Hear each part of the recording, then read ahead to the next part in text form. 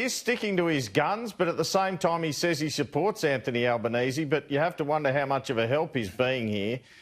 Joel Fitzgibbon, as one of his colleagues told me today, on a mission to take the party to the right on energy and other policies, almost holding a gun to the head of Anthony Albanese on it with, first of all, his setting up of the OTIS group, his opposition to the Labor Environment Action Network, and now his declaration the party is in danger of splitting in two, like what happened with the DLP in the 1960s. These declarations come because he says the views of him and some of his right-wing colleagues are so different to those of people from his party who hail from the inner city, many of whom are from the left. We saw this splash in The Australian today with his comments from a podcast. Let's have a listen to those comments. I am very fearful about how the Labor Party will manage this balance I was talking about and juggle these two electoral bases. And I do fear that it won't be in my time, but the party might end up splitting in the past. It has split in the past. And, we'll have a coalition arrangement just like they have.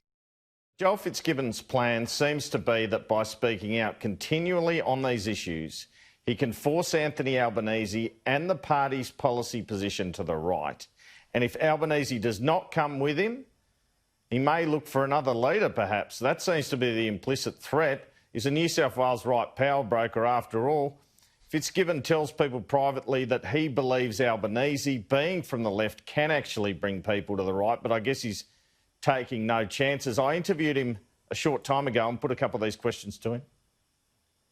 Because it really looks like with these continuing utterances, and there have been a few now, that you're effectively holding a gun to the head of Anthony Albanese, trying to force him and others to move to the right on policy and on energy policy in particular. I spend every waking hour every day, Andrew, focused on one thing in political terms, and that is ensuring that Labor wins the next election and that Anthony Albanese becomes the next Prime Minister. If Anthony Albanese fell under the proverbial political bus, who do you think would be the best alternative leader at the moment? Well, that's about as hypothetical as it gets, Andrew. I'm not answering that question. I mean, I'm not going to answer that question. Do you have an interest in the job? Well, the Labor Party is fortunate. It has an abundance of talent on its front bench. In fact, I'd match our front bench against the government's front bench any day of the week. But Anthony Albanese will lead us to the next election. That interview shortly. Just like when Mr Fitzgibbon last spoke on these issues to Sky News last month, he immediately provoked a response from a fellow frontbencher, Tanya Plibersek, former deputy leader. She says in a tweet, "Dad was a plumber all his working life. He's the one who taught me to love the Australian bush. He expected Labor to deliver good jobs, health, education and to protect our environment. It's an insult to suggest working people don't care about preserving our beautiful country." There you go. There's the division right there. Jim Chalmers, the Shadow Treasurer, meanwhile, on a listening tour of central Queensland, has given a speech today where he says, "We want to win the next election with a plan that speaks for Warwick as well as Western Sydney. Putting that plan together depends on genuinely listening to you and your communities." You can see the reason for Fitzgibbon's concern and Chalmers' listening tour here. This is the news poll The Australian published this week. State-by-state breakdown over the last 3 months. Labor just getting ready for another landslide result against them in Queensland and WA. 59-41 behind in Queensland, 56-44 up in Victoria.